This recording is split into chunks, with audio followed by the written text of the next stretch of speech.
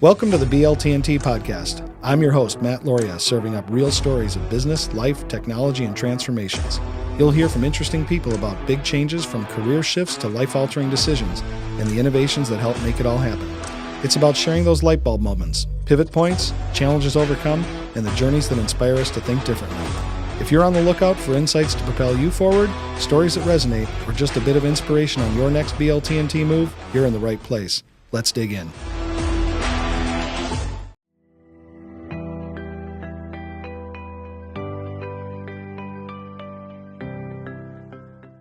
Welcome to our latest episode of the BLTnT podcast. I'm Matt Loria, and I'm happy to be sitting here with Joscelyn Davis. My pleasure. Glad you're here. Thank you. So Joscelyn is a number of things. She is the president and CEO of JADE Strategies. She's a speaker. She's the chairman of the board for the Auburn Hills Chamber of Commerce, which is in Auburn Hills, Michigan. She is a mother, a wife. What else are you? A lot of things. A lot of things. Yeah, a lot of things. Person of many different layers. I think so. That's what we like here. So Joscelyn, we met because we were on a number of committees together through that Auburn Hills Chamber of Commerce organization that we both belong to. And I've always respected the time that we've had together and what we've gotten to see your contributions in those different arenas.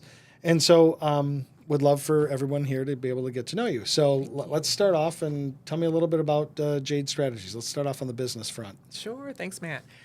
So 14 years ago, I founded the company, JADE Strategies, and the specialty for the company is leadership development, team building, and strategic planning. That's what we do. We're really into developing high competent leaders and collaborative teams, and also organizational development, specifically strategic planning. And it's been 14 years. It's been a joyride for 14 years. Great. Yeah. Great. And you have done some pretty neat things there in terms of making that organization scalable. We talked about that you, while you are the sole employee of the organization, you leverage contractors that you've had longstanding relationships with, so they're really an extension of your team. Correct. And you've developed a tool. I have. I want to hear about this. Would love to tell you about it. So about 13 years ago, I actually created this assessment tool for leaders, for emerging and existing leaders. And I had it on a piece of paper, and I would have these coaching clients and I'd say, okay, I need you to fill this out. And they always loved it because the tool itself is a self-assessment. It started, I should say, as a self-assessment to look at different levels of competency for a leader. So your high-level competencies are more about do you create an environment that is about accountability and about commitment for the organization or for your team? Are you adaptable? Do you do things with a sense of urgency? That sort of thing. The second level to that would be the core competencies, and that's more where we're talking about performance management. How are you handling your team? Are you creating ways for them to feel empowered and for them to grow? Are you a good communicator? It's, those kinds of questions. And the third level is functional competencies, which is really about whether or not you're good at facilitating and convening, those sorts of things. And it was really very well accepted, by the clientele. But then we hit a period there in the early 2000s where people said, is this online? Can I do this virtually? Kind of thing. I said, I better do something about that. And I actually did use one of the tools like a Survey Monkey or a Survey Planet, and you could do the tool that way. Now I have hired a tech company to actually put it on my website, and it is now downloadable. Anyone can do it. They don't have to be a client of mine. It's actually searchable, Yahoo and Google, and it's called the JSI Opportunity Surveys. And there are now 4 different ones. So before there was just the one, right, for the executive. Now there is one for an associate level. Let's say for someone who doesn't have direct reports. The executive one is for someone who does have direct reports. But what we're really excited about, Matt, is the fact that we have these 2 others now that are very unique in that a supervisor and their employee now do it. So let's say it's a CEO and their vice president. Interesting. Right? And it actually, they will separately do the assessment for the one employee, for the vice president. Let's just use that as an example. And then they will get one report with side-by-side results. And is that more of a what do you think about yourself versus what is the other person seeing show up? That's exactly right. Which is great if you're looking at a development plan, right, for that person. So if we use the CEO and vice president kind of scenario here, you look at that, and perhaps the vice president says, well, in terms of adaptability, I'm not doing that great. I'm going to give myself a 2. But then the CEO side says you've got a 5. So now the vice president says, oh, I don't have to worry about that anymore as a quality for a leader. I can concentrate on something else. I didn't know I was actually meeting expectations or exceeding them with my boss. But the opposite can also be true. Sure. Right? Which I think is what people probably are more predisposed to think is what is going to show up. So kind of ironic when you show the opposite where someone thinks that. How often does that show up where somebody thinks lower of themselves on a particular measurement and they're coming in higher? So far, about 50% of the time.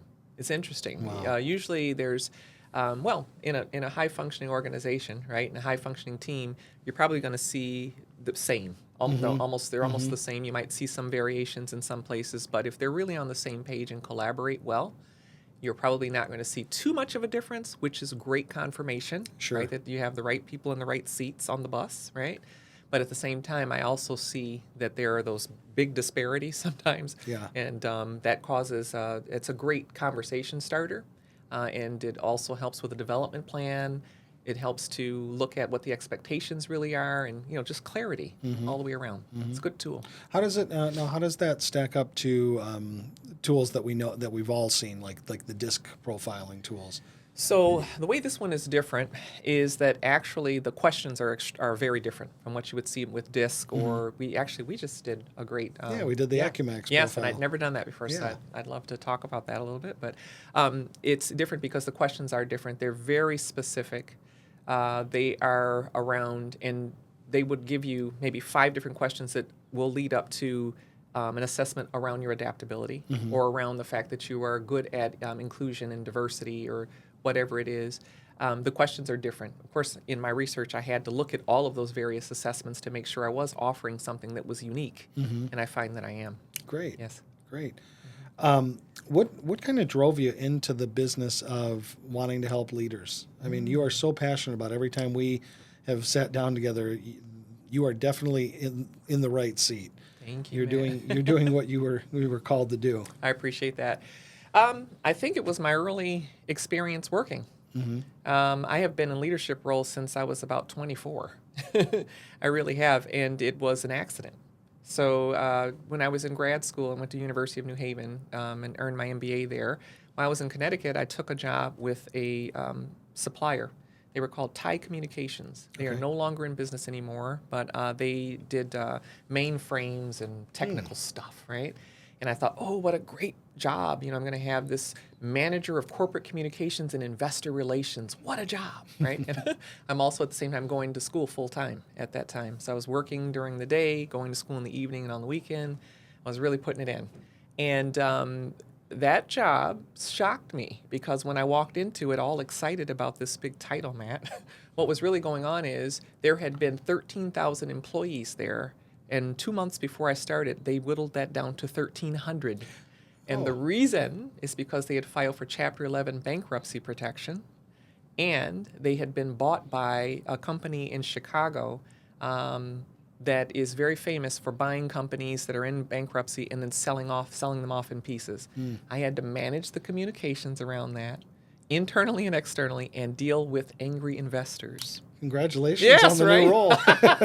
Wow. Well, the good news is that I cut my teeth basically on. I am a leadership development. Yes, it was trial by baptism by fire, trial by fire. Leadership development, team building, strategic planning. It was everything. Okay. So that was very early in my career, and since that time, when I have worked for others before I started this company 14 years ago, I've always had to use those skills that I want to say forged, in that fire so many years ago. Wow.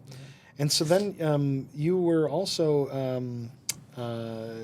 we kind of talked about this a little bit before we got together here on the podcast, was, your experiences in other corporate environments, specifically the nonprofit world. You were very involved at the United Way. Absolutely. Can you talk about that whole? Because that's got some transition That does have in there transition too. there, So yeah. that hits one of our T's here, Yes.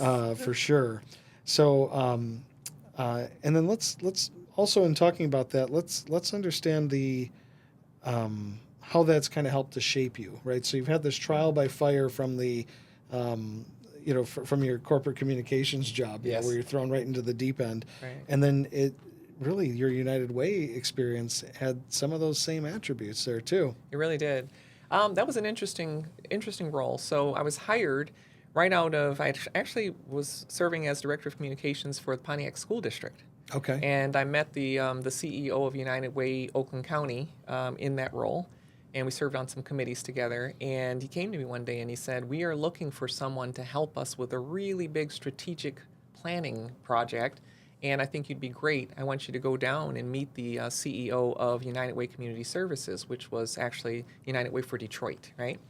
Went down to meet with them, and they actually created this role for me on the spot. So it was not anything that was part of their hierarchy or their org chart.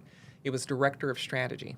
And the role really was to facilitate the merger between United Way Community Services, which was Detroit, and United Way Oakland County.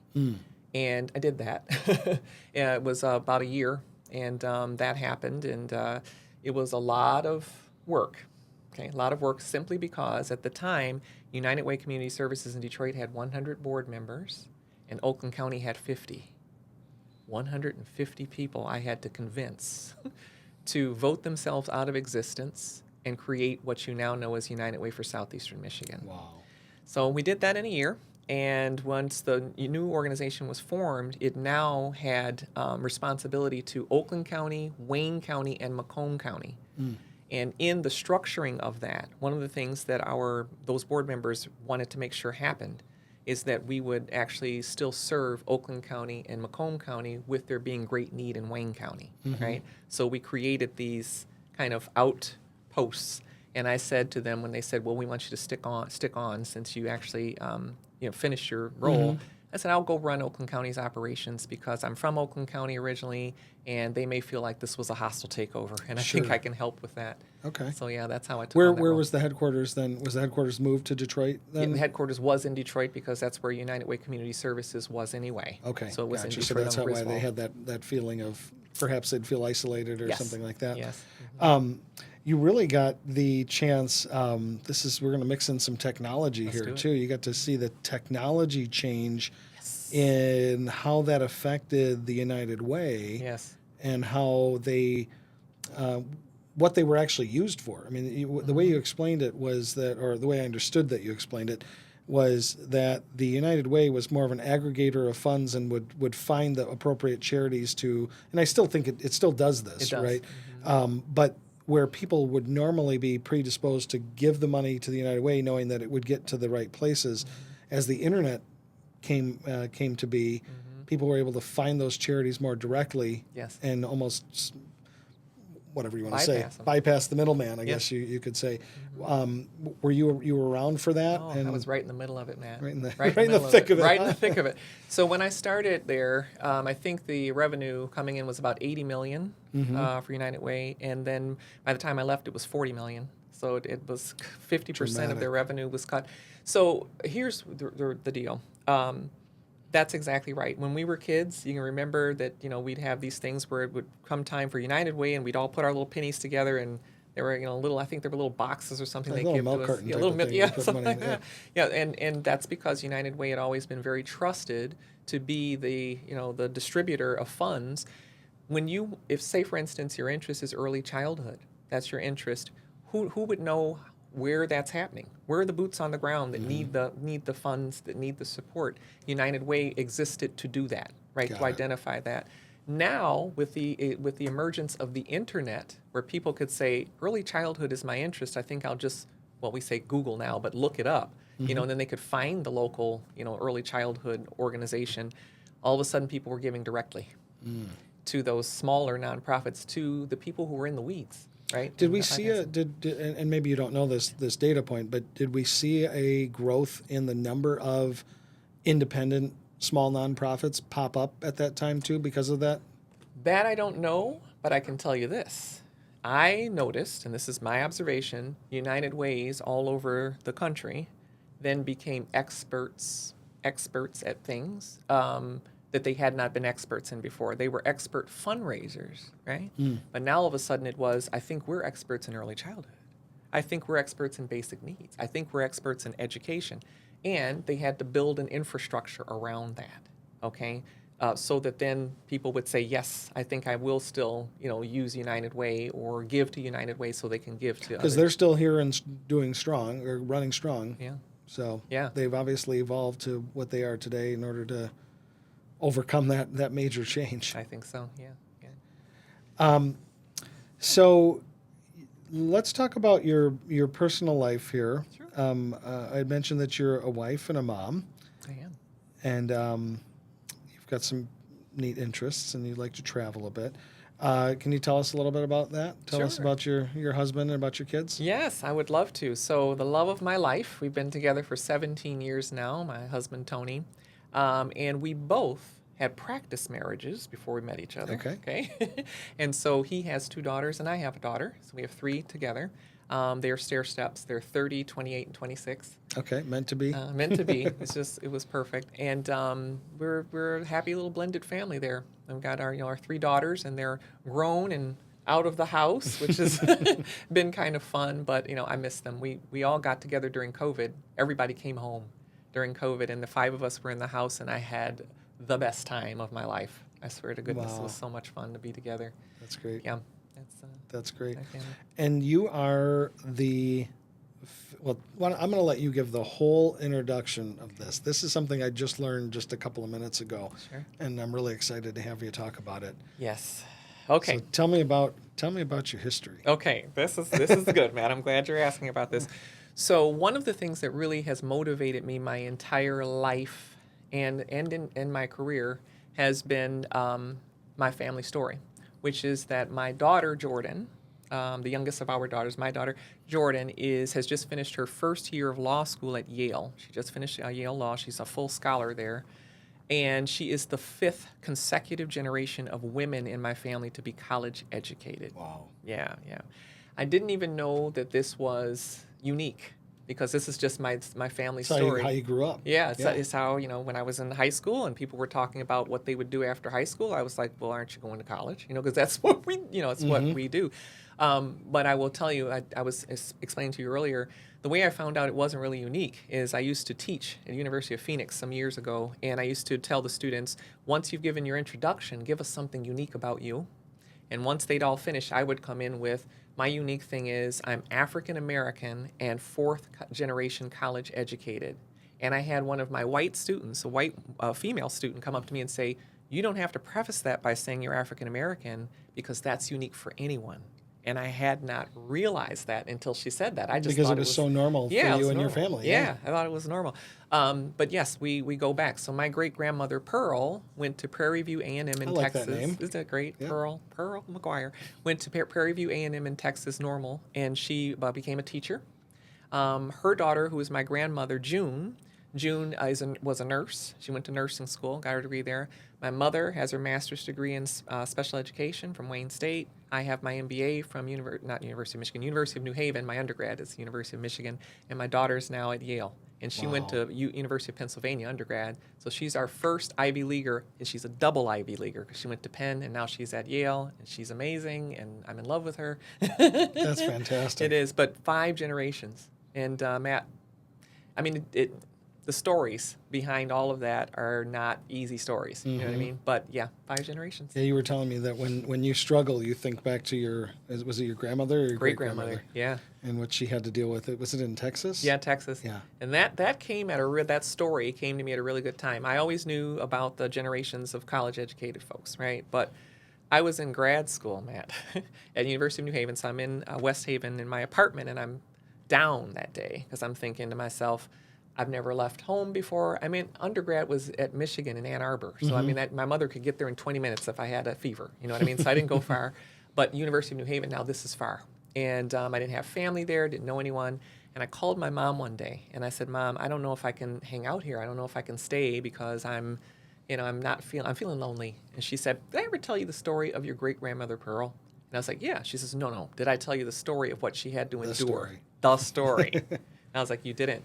And she told me. And she said that that where she was in school in Prairie View, there was a town next door that was all white.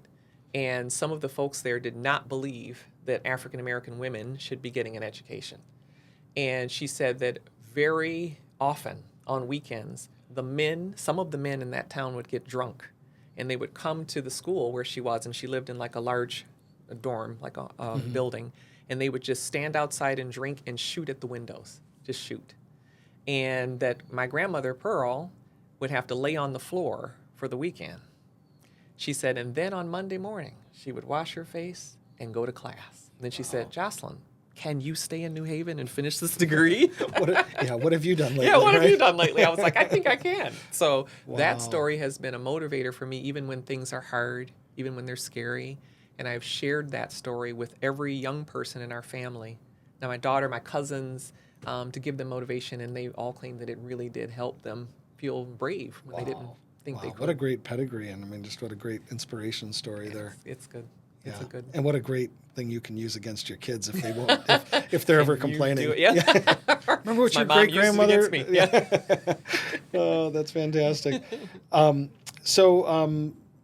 You're also kind of a closeted geek, I right? am a huge geek, actually. Okay. Yeah. Trekkie and Marvel, and oh my gosh, yeah, I would have. yes. I judged you by completely different. I thought for sure it was Star Wars and something else. Oh, that but, too. not Star I guess Trek. it's I Star didn't Wars. think you were a Star Trek and Marvel fan. Hey, I'm a Trekkie from way back. Okay, tell us Way something that proves it. Okay. What can I tell? Oh, man. I can answer any trivia question that you give me.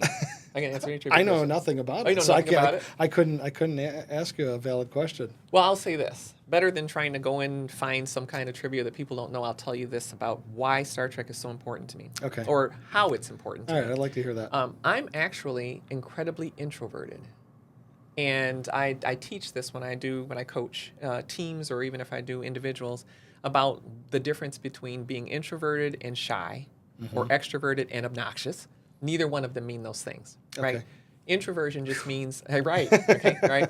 Introversion just means where you get your energy is. But from as an yourself. extrovert, I could still be obnoxious. You Correct? can be, Okay, yes, okay. and I could still be shy. Okay, good. Yeah, but we're not. So We're not. I did interrupt. That's you. okay. But you're not obnoxious, and I'm not shy. Yet. Okay, Yeah. yet. No. Yeah. I'm not going to ever be shy. Okay, That's I not might going be to happen. obnoxious Yeah. But I am introverted, right? So I can speak to anyone. I've done 1,000 people, spoken to them. I can do anything I need to do, and I'm not shy about it. But after it's over, I have to go home, pull the shades down, and put on any version of Star Trek, and I'm good to go. I'm re-energized. You're like an electric vehicle. I am. Take you Have to home, recharge me. plug you in overnight, Yep. get the recharge And going. I'm recharged, and I'm ready to go. And your juice is Star Trek. It's Star Trek, any version. I'll do the old to the new. Oh, Yeah, great. love it. This episode of the BLTnT podcast is sponsored by Auxium, business IT and cybersecurity designed to outsmart chaos. And powered by Juniper Networks. Automate your network with Juniper Networks and the Mist AI platform, the world's first AI-driven wired and wireless network.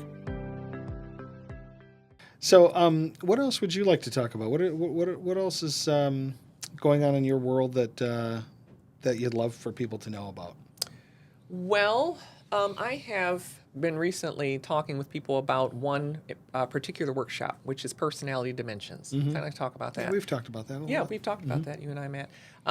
Personality Dimensions is this wonderful workshop tool that looks at personality traits, but right, it's about temperament. And temperament, I like to say instead of personality, because temperament means preferences, your choices. What is it that you would like to, how do you choose to live your life? And this is a workshop that's a lot of fun, right? It's a lot of fun. Can be anywhere from 15 people to 100 people. I've done all different types of crowds.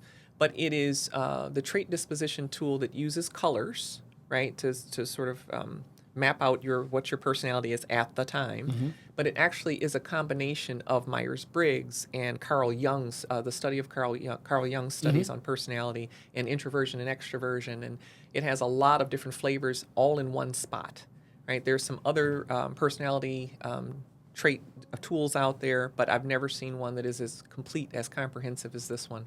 I actually had to become certified out of a company in Canada to be able to do this. So I'm certified as a facilitator level 1, to do several different workshops, but that one is a fun one. It's such a great workshop that the Auburn Hills Chamber asked me 5 years ago if I would do this for their iLead program, which is their leadership development program. Companies who are members or not members will send their employees to this leadership development program. It's over a 5-month period, and mine is one of the workshops out of 5. So there's a workshop every month. And I did it 5 years ago, and they keep bringing me back. So I believe this is either my 5th or 6th year that I will be doing this for the iLead program at Auburn Hills Chamber, and it is an amazing half-day program. I think you should do it for your team too. I may just take you up on that. You had also mentioned that you work with I had asked you what is a story of maybe one of your customers that you work with or clients that you work with that you've that you really have some success with, because my questions to you because I see a lot of different folks that are in strategic coaching, in the testing and assessment world. And some of them have really long-standing relationships. Others, it's take this test and kind of move on. And you said, boy, my relationships tend to be pretty long-lasting. And obviously, you have that with your contractors that you use, with the Chamber of Commerce that you're involved with. But talk about this. It's Covenant Community Care. Yes. Right. And that started off with just literally working with the person who was a new CEO at the time. Correct. And then it really blossomed. It did. So can you tell that story? Absolutely. The CEO at Covenant Community Care is an awesome leader. She's just amazing. When she first came into the role, she'd been there for years as the chief operating officer, but CEO was brand new to her. And she hired me to coach with her, and we did our coaching sessions. I have a format that I follow, and then I customize it for the person, but I actually have some modules that I use for coaching on influence and negotiations and emotional intelligence and personal strategy, and then one on helping them build the high-performing team. And we did so well together. She did another contract and another one and another one. Then it turns out that she said, I'd like you to come in and talk to the whole organization during one of their conferences. Did that and did a workshop for them. Personality Dimensions is actually what I did. Then I actually looked at her structure, because we did some strategic planning, obviously. And her structure, she actually had a lot of direct reports when we first met. A lot of direct reports. And Covenant Community Care is actually a healthcare organization. A lot of direct reports, and we talked about that, about how efficient it could be. And she made the decision, yes, let's restructure. Now she has 6 chiefs who report to her, as opposed to 20 some odd people who were reporting to her before. And I also coached them. So I coached her chiefs because they all had teams. And I've done a couple of other workshops for the whole group. So it's been now a few years that I've been working with Covenant, and they're a great team over there. But there are others. And she went to a conference out of state at one time, and she spoke. And people came up to her and asked her, where did all this come from? She said, I got this great coach. You need to meet her, which was great. I mean, that's fantastic. It's what you want, right, when you're a consultant. Sure. And from that, I have other clients. So my client in Chicago, who is Family Christian Health Centers, they called me up, and I've been coaching her now, that CEO and her team and her folks for years now as well. So most of my clients come from referrals. That's how that works. Probably a good 90% of them come from referrals. And that was one of those great stories. But I actually have had long-term contracts with others too. Municipalities, City of Oak Park, I had many years I worked with them.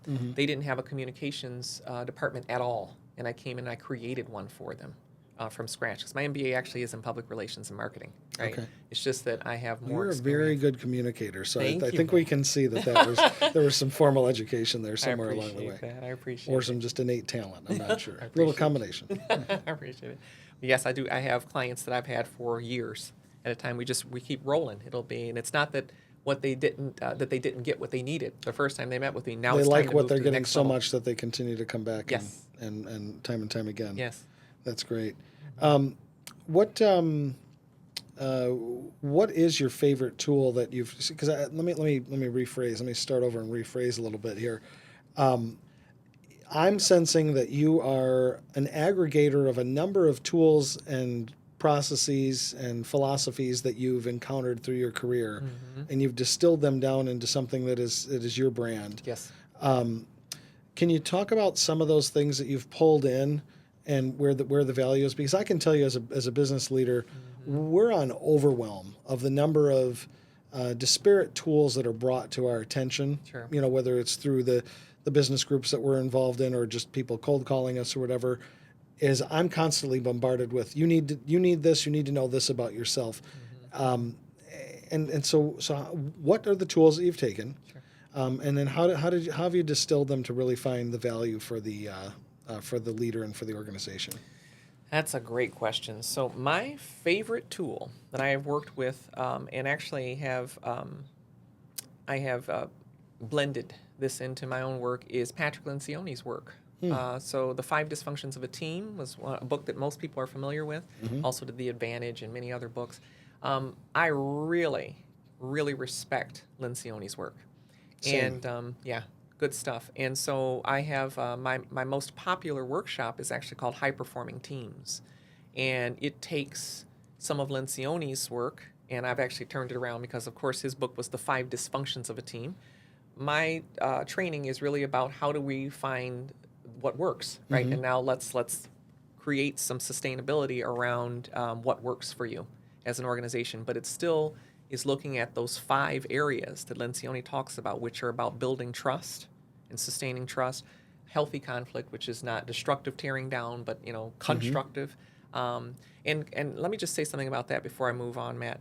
Healthy conflict is the one that is most important and the one that actually causes the most conversation when I have these workshops, because people are not understanding what that means. That word conflict, right, throws people off. Sure. But I feel like this: if you don't have the trust where you can actually give an idea, let's say, for instance, you and I were in conversation and we were trying to make a decision. You had an idea and I had an idea. You give yours first and I don't give mine, because I say to myself, if I say something different from what Matt has said, he might take that as an attack on his idea. And so I don't open my mouth.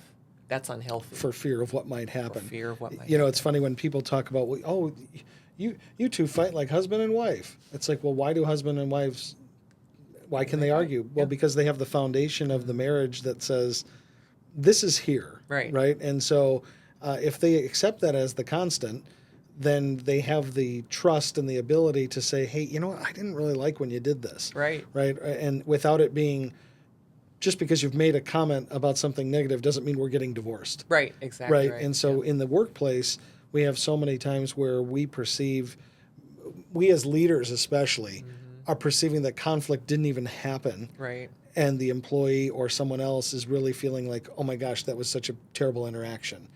And the other person doesn't feel like that. Right. And so with the Acumax, the tool that we use, that would be the A drive, the high A or the low A drive, and what do they see? And in DISC, I think that's D, right? And so it is such an interesting thing whenever I talk to others and find out, what's the dysfunction? Oh, well, this person thinks we're in conflict. This other person thinks we're just getting work done. Right, exactly. They're in different places in terms of their understanding of what that kind of conflict can look like. Sure. And what you just described, too, is about accountability, too. It's about holding each other accountable, right? But that healthy conflict is so important, because if there is not trust and healthy conflict doesn't exist, the best ideas will never make the table. Correct. They'll never make the table. It'll only be the boss. Whoever's got the strongest personalities is the only one that's going to make it to the table. Exactly right. So I actually help the team create tools and sustain those tools that help them understand the dynamic of, this is how we have to communicate, and that this is a safe space for us to do that,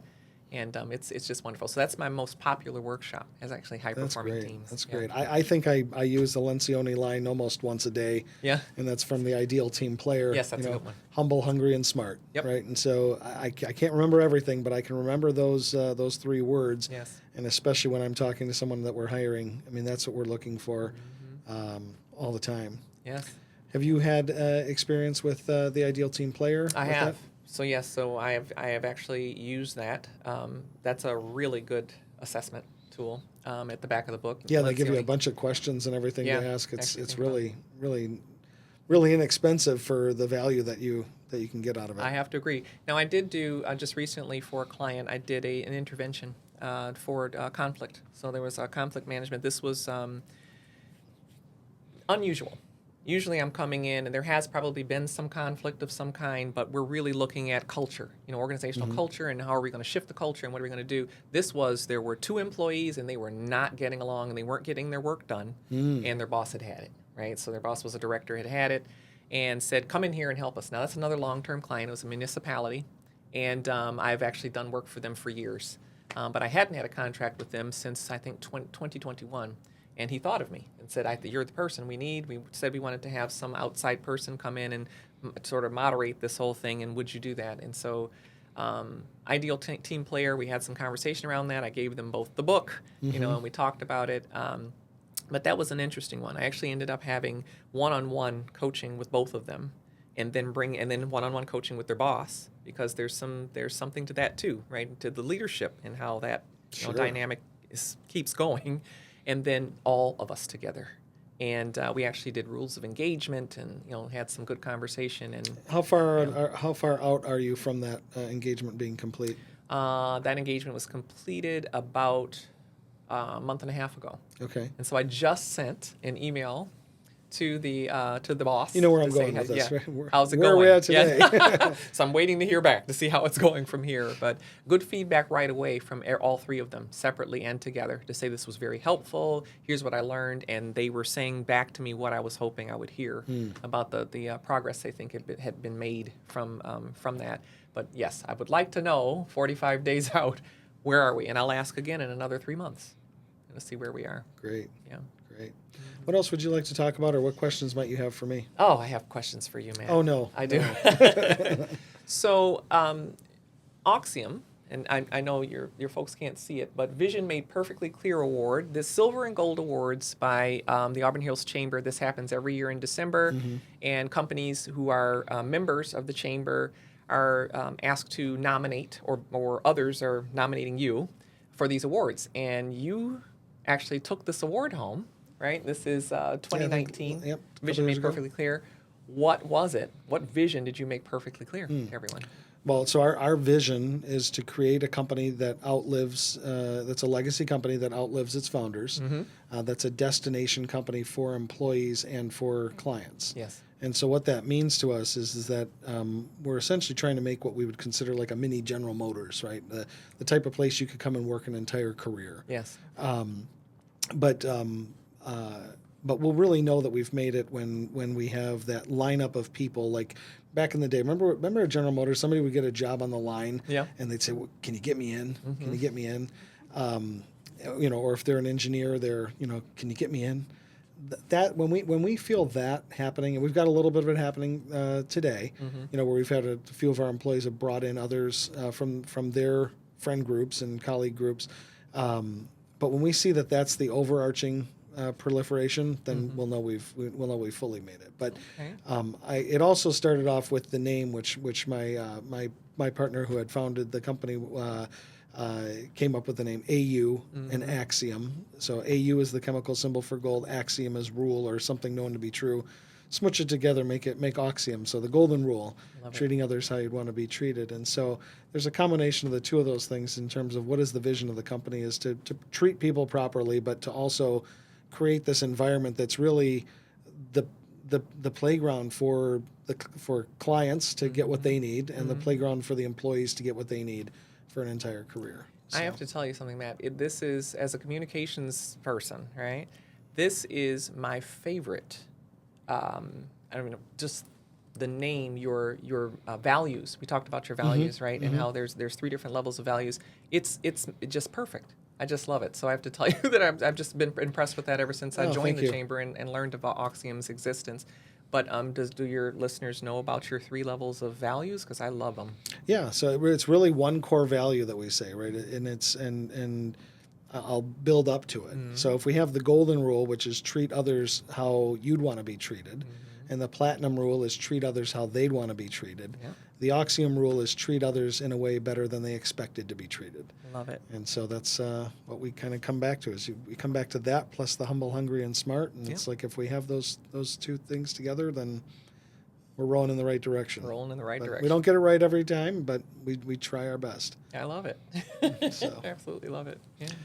Anything else I can answer for you there? Putting me on the hot seat like that? Yeah, I love it. I'm going to put you in the hot seat for sure. I'm very humbled that you even asked me to do this. So Oh, thank well, you for that. It's my I pleasure. appreciate those words. I really am. Yeah, no, humbled. every interaction I've had with you, I say there's this poise that you have, which we talked about your posture being much better than mine, and this articulation of really showing deep empathy and that you've put the time in, or at least the heart into any of the different things that we've dealt with together, right? Where you've like in the on these different committees, the thought that you put into the questions that you ask, or the thought that you put into the opinions that you have, are not shooting from the hip. They're well thought out, and they're empathetic is the main overarching piece that I would always add. You're always thinking of the other person. I really love that, because that is the number one quality of a lead. When I'm doing coaching, empathy is number one. That's great. Yeah, and sometimes Well, we have to look at you've got balancing it. that. So great job Thank in you, what you're man. doing. So. Appreciate you. Well, thanks for being with us. This has been fantastic. We're going to have a bunch of links, I'm sure, to a lot of the different items here that we've discussed, and so people can get in touch with you for any of your services, and to just even pick your brain a little bit, hopefully. Thank you. That's fantastic. All right, Thanks, great. Matt. Well, thank you. Thank you.